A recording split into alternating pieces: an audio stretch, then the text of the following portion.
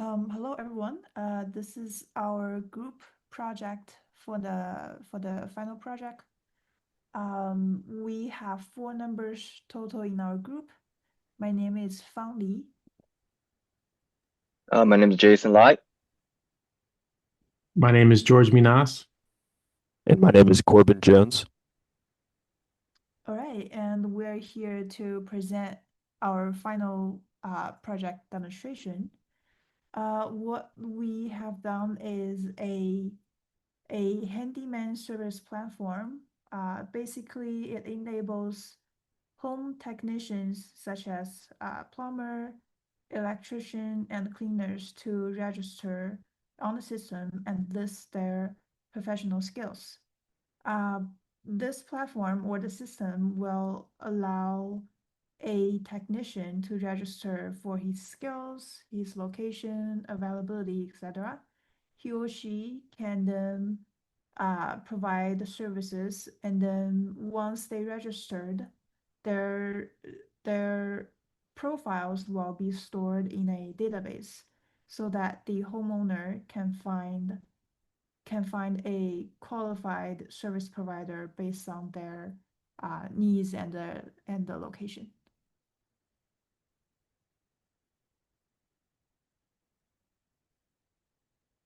Okay, let's go over to the diagram. Okay, for our interaction workflow, at first step, we have this API where the handyman would register with our service. This will send the request to our MSK, where the post request would bring in data such as the service company name, the type of the service they want to register, and any service description, operational hours, and some key information from the service provider. And then the second part of our interaction flow is the data. The post request would put the data into our database. It's on our AWS RDS, which those information can be stored at. And then we have the customer side of the interaction. The customer can query through our MSK, where it would go fetch the service they need by using a GET request. And I will pass it on to George for the other workflows. So step four, we're gonna the query is sent to the database. Basically the customer's request is sent to the database via the message broker. Um, and then for step five, the handyman results are sent to the user. So the database returns the matching handyman profiles, which are displayed to the customer. And then for step six, we have the user will select the handyman. Um, so that's basically they select the handyman, they submit a request to check their availability, um, which is sent over through the broker. And for step seven, the handyman is notified. So the broker sends the handyman's info and the customer's details to the notifier, which uses SNS to send an email to the handyman.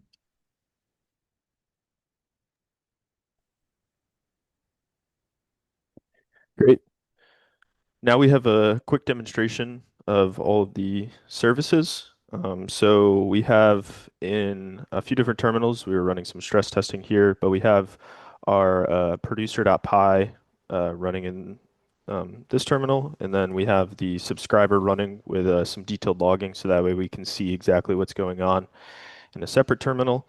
And then we have a third instance that allows us to uh, actually go through and send some different requests.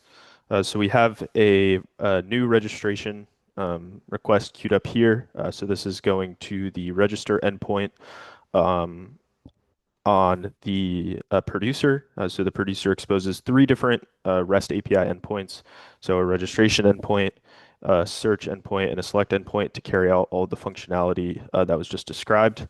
So we can go ahead and register Tim Handyman Services as uh, our new handyman. Once we register that service, we can go over to the subscriber and see that the registration message was received by Kafka and that the data was successfully inserted into the database. If we open up our database and run a new service, we see that we have the three that were in there previously, as well as Tim Handyman Services, which is our new service provider. We can also go ahead and test the other two types of requests. So if we go back to our test terminal and we look back, we can run a select query. So the select query is going to go and actually have the user select this specific handyman uh, via this the ID, and then as we showed in the flow diagram, that's going to go ahead and send a new email request. So we have the latest request that selected the corresponding service ID. So we selected service ID 1, and then the final request that we have. So we showed a registration and a selection. We can also show a quick search. So if we go ahead and search for ID 5, that's a GET request to the search endpoint, and we can see quickly from the subscriber, we see the select request was received by Kafka, and that an SNS notification was sent. And then we also see that the search request was received. It went ahead and queried the database for service ID 5, which we provided, and then actually provides the database results to the user of the subscriber. So we see the corresponding ACE Handyman services of service ID type 5. So that's each of the three requests. And then to meet the final requirement, which is that we can handle 1,000 requests in an hour, um, we have a quick